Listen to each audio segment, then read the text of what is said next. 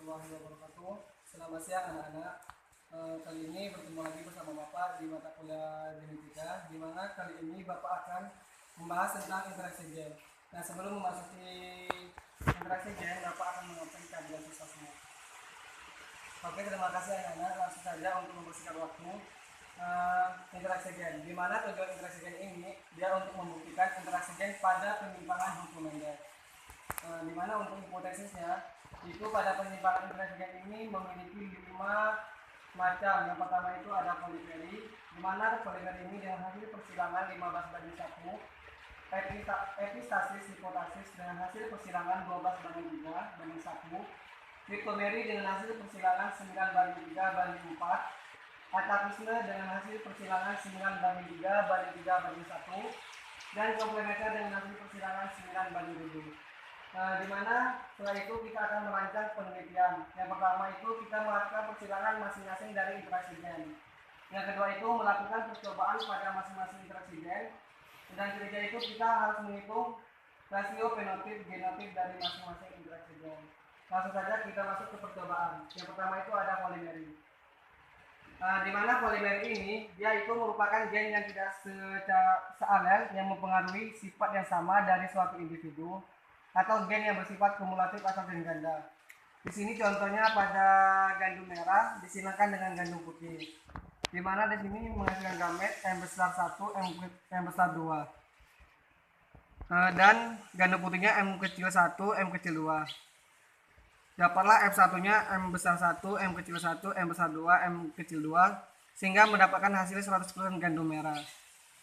Langsung saja ke papan catur untuk membuktikan apakah benar fenotipnya 15:1, di mana 15 itu gandum merah dan 1 itu gandum putih.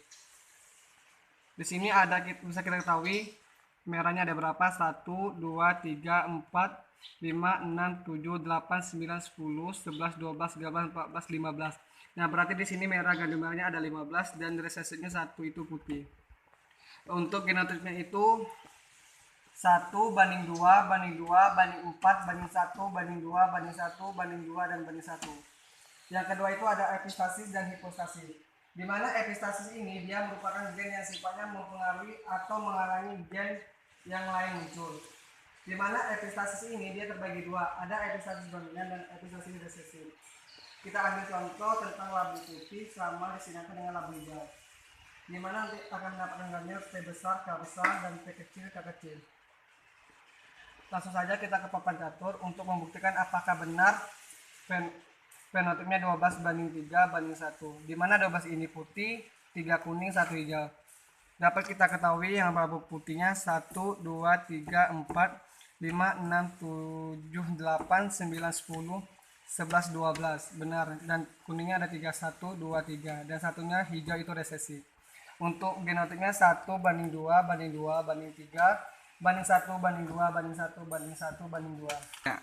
Yang ketiga itu adalah triptomeri, di mana triptomeri ini dia sifat gen dominan tersembunyi jika berdiri sendiri, tapi bila bergabung dengan gen dominan lain akan muncul sifat lain yang tersembunyi. Di mana di sini fenotipnya 9:3:4. Contohnya bunga Linaria marocana, di mana bunga merah ini disidangkan dengan putih. A besar, B kecil, B kecil, A kecil, A kecil, B besar, B besar. Dapatlah gametnya A besar, B kecil, A kecil, B besar. Sehingga F1 nya itu A besar, A kecil, B besar, B kecil, sehingga menghasilkan sifat yang lain atau sifat tersembunyi yaitu 100% bunga ungu. Langsung saja ke papan catur untuk membuktikan apakah benar genotipnya 9:3:4. Ungunya 9, 1, 2, 3, 4, 5, 6, 7, 8, 9. Merahnya ada 3, 1, 2, 3, putihnya 4, 1, 2, 3, 4. Nah, jadi di papan catur itu benar perbandingan genotipnya 9:3:4. Untuk genotipnya 1:2:2:4:1:2:1. Apakah anak-anak sudah mengerti? Langsung lanjut lagi ke 4, ada atavisme, di mana atavisme ini munculnya suatu sifat akibat interaksi beberapa gen yang saling mempengaruhi dan membentuk sifat baru. Contohnya itu ada INTP Wegener disilakan dengan INTP Wegener yang Ross-Derrida atau PADG. Di mana F1 nya itu R besar R kecil P besar P kecil, sehingga dapatlah 100% linear walnut atau simple. Di mana nanti F2 nya itu R besar R kecil P besar P kecil dihilangkan dengan R besar R kecil P besar P kecil, sehingga nanti penetipnya itu akan mendapatkan 9:3:3:1, di mana 9 itu akan dapat walnut 1, 2, 3, 4, 5, 6, 7, 8, 9, dan 3 itu ada rose 1, 2, 3, yang 3-nya ada P 1, 2, 3, satunya single atau resesif. Untuk genetiknya itu 1:2:4:4:1:2:1:2:1. Kelima itu ada komplementer atau epistasis gen resesif rangkap, di mana interaksi beberapa gen dominan yang saling melengkapi. Jika salah satu gen bersifat homozigot resesif, kemunculan suatu karakter oleh gen lain menjadi terhalang.